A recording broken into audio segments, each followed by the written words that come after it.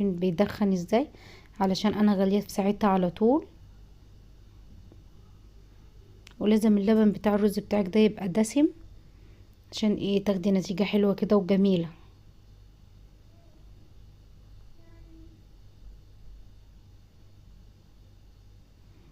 بصوا بقى بمجرد انا منزلت بقى باللبن كده عشان سخن، معانا كده مج ميه.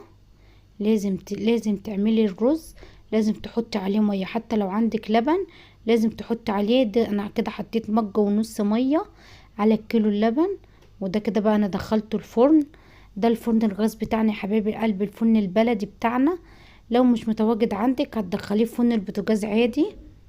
هتحطيه على الصاجة الاول كده من تحت لحد ما يغلي ويشكشك كده زي ما انت شايفة كده. بقى الرز بتاعنا بدأ يغلي، وادي كده النار بتاعتنا انا بوريها لكم اهو.